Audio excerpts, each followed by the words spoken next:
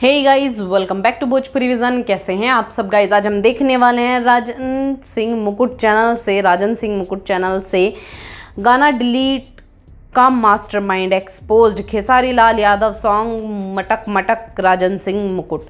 तो चलिए यार देखते हैं कैसी वीडियो ये होने वाली है। ओरिजिनल वीडियो का लिंक आपको डिस्क्रिप्शन में मिल जाएगा।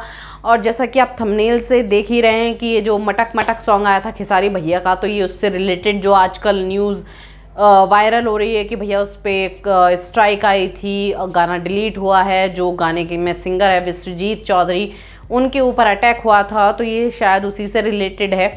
तो चलिए आज देखते हैं कैसी वीडियो है, फिर उसके बारे में बात करेंगे।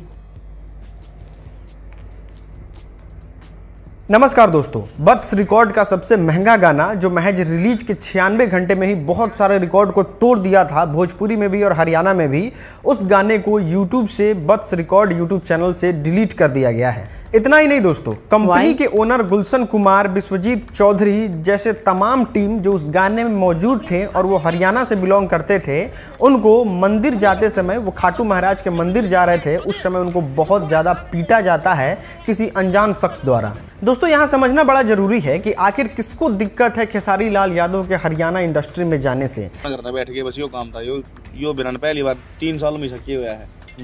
पहली बार है, मतलब ऐसा तो भाई, मतलब अटैक भी ऐसा पहली बार होगी, मतलब इतनी चोटें लग रही हैं। अभी जितना कुछ हुआ, यूट्यूब से गाना डिलीट हो जाना या फिर मारपीट करना उनके सिंगर और उनके म्यूजिक कंपनी के ओनर के साथ, ये क्या दर्शाता है कि खेसारी लाल यादव को दोबारा कोई हरियाणा इंडस्ट्री में या फिर कोई अपने इंडस्ट्री में बुलाने की कोशिश करेगा। आइए आज के इस वीडियो में डिटेल में जानते हैं कि आखिर गाना डिलीट कैसे हुआ और उनके सिंगरों को मारने वाला व्यक्ति कौन था।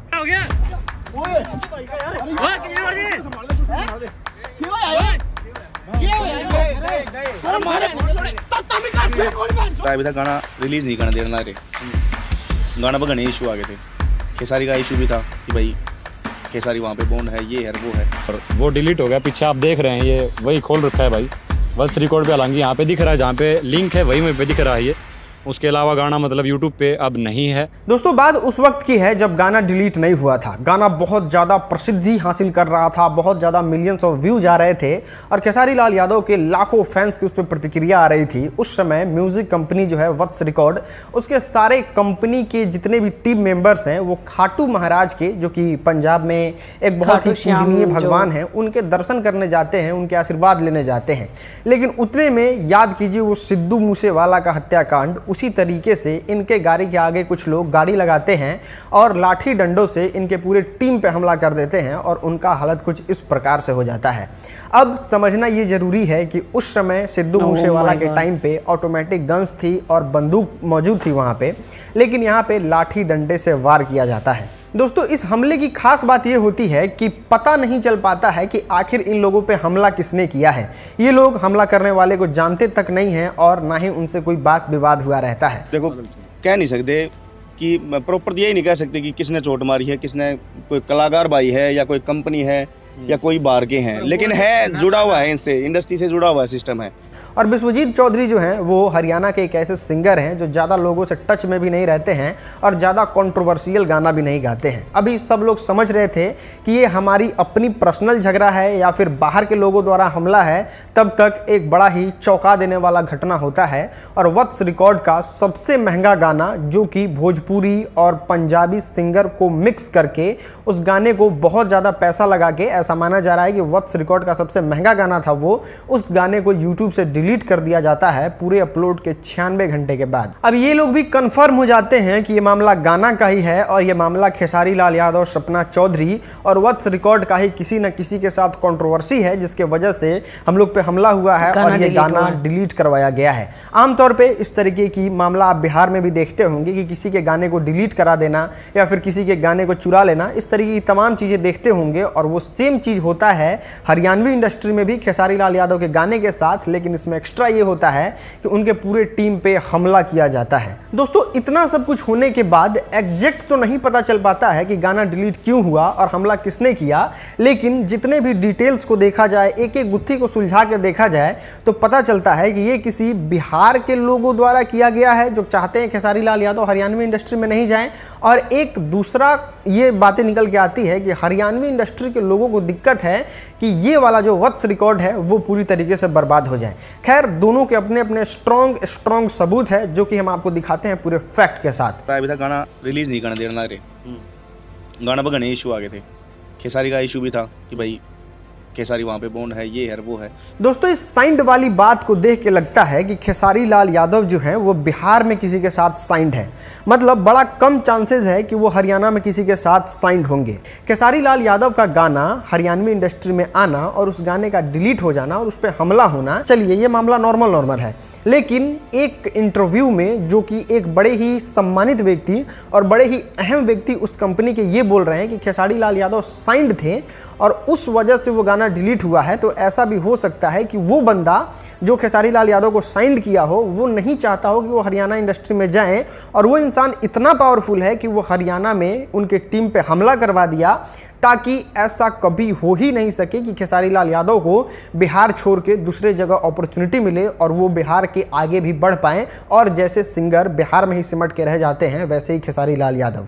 अब आपके मन में ये सवाल जरूर उठेगा कि जो इंसान पंजाब में खेसारी लाल यादव के खिलाफ षड्यंत्र कर सकता है वो बिहार में क्यों नहीं कर सकता है? बिहार में भी तो उनका गाना डिलीट करवा देना चाहिए। बिहार में भी जो म्यूजिक कंपनी खेसारी लाल यादव को परेशान करे उसको पिटवा देना चाहिए। मतलब ये कोई लॉजिकल बात नहीं लग रही होगी कुछ लोगों के मन में। तो यहाँ पे आप समझने की कोशिश कीजिए, बिहार में अगर इस तरीके की घटना होती है तो महज कुछ ही घंटों में पता चल जाएगा, किसी कॉल रिकॉर्डिंग के माध्यम से, तो किसी ऐसे सोर्स के माध्यम से, चाहे मेरे चैनल के माध्यम से, कि आखिर एक्चुअली हमला किसने करवाया है, किसके पीछे का षड्यंत्र था। और ये सारी बातें महज 2, 3, 4, 5 घंटे में या फिर मैक्सिमम 2 दिन में सबके सामने पानी की तरह साफ हो जाएगी और वो इंसान एक्सपोज हो जाएगा जो बिहार में खेसारी लाल यादव पे हमला करवाएगा या फिर उनके गाने को डिलीट करवाएगा।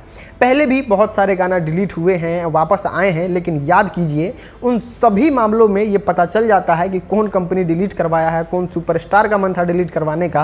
और इसलिए ऐसा हो सकता है कि खेसारी लाल यादव पे हरियाणा में इस तरीके की वारदात को अंजाम देना उस इंसान के लिए बड़ा आसान होता।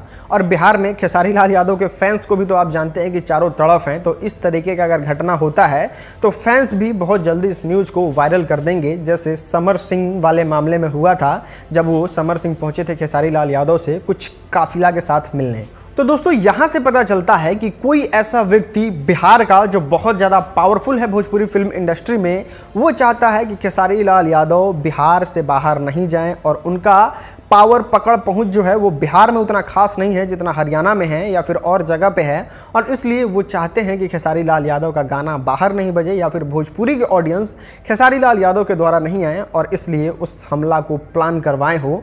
इस इंटरव्यू को और इस गुत्थी को सुलझा के ऐसा मालूम पड़ता है। अभी तक गाना रिलीज नहीं करने देना रे, गाना पर घने इशू आ गए थे।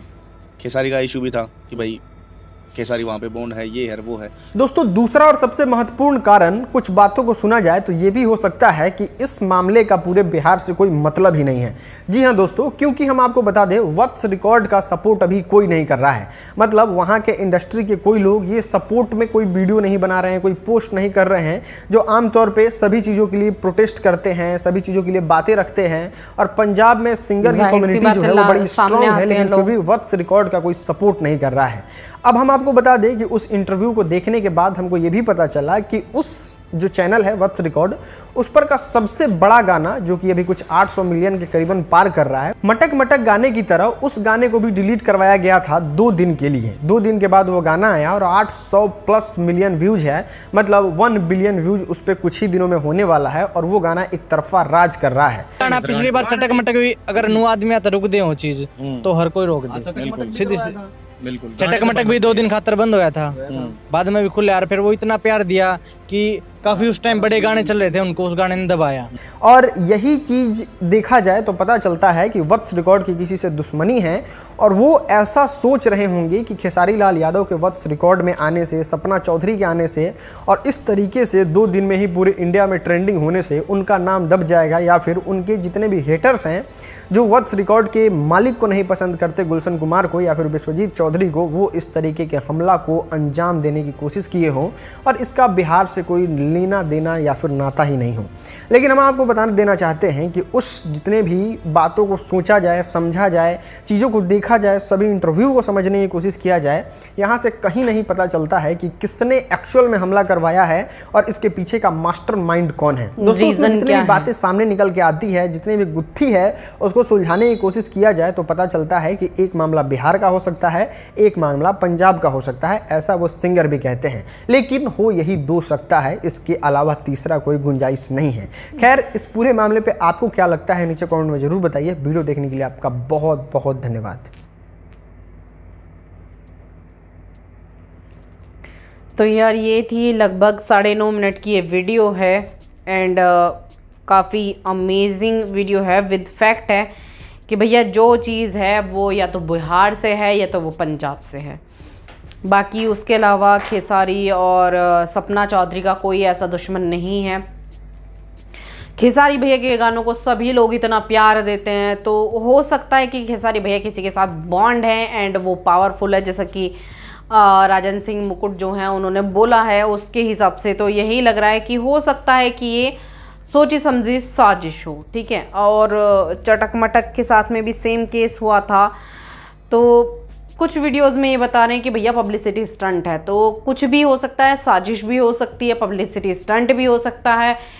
सच्चाई तो हमें कुछ टाइम बाद पता चली जाएगी कि भैया सच्चाई है क्या। फ़िलहाल तो यही है कि मतलब अभी तक इसका कुछ पता नहीं चल रहा है कि किसने किया है, क्यों किया है, क्या रीज़न है, दिक्कत क्या है, कुछ नहीं पता चल रहा है। ठीक है, तो मुझे तो यार ये वीडियो बहुत ही ज़्यादा इन्फॉर्मेटिव लगी है राजन सिंह मुकुट की। मतलब उन्होंने बताया कि खेसारी भैया जो हैं किसी के साथ बॉन्डेड हैं बिहार में, तो वो सिर्फ बिहार में ही गाने करें वो चाहते हैं शायद कुछ लोग जिन्होंने हमला किया है। ठीक है, वो नहीं चाहते कि खेसारी भैया उसके अलावा किसी और इंडस्ट्री में काम करें, जैसा कि बॉलीवुड में या फिर हरियाणवी इंडस्ट्री में या साउथ इंडस्ट्री में, किसी और इंडस्ट्री में काम करें। क्योंकि अगर कोई इंसान टैलेंटेड है उसके हिसाब से इंडस्ट्री मैटर नहीं करती है, उसके हिसाब से काम मैटर करता है। ठीक है, तो वही चीज़ खेसारी भैया के साथ में है। वो जिस इंडस्ट्री में जाएंगे उसमें ही नाम करेंगे, क्योंकि टैलेंट जिसके पास होता है ना उसको कोई नहीं हरा सकता।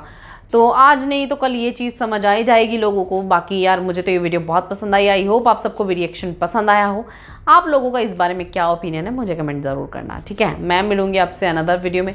और हाँ, साथ ही साथ मेरे फेसबुक और इंस्टाग्राम का लिंक भी आपको डिस्क्रिप्शन में मिल जाएगा। You can check out the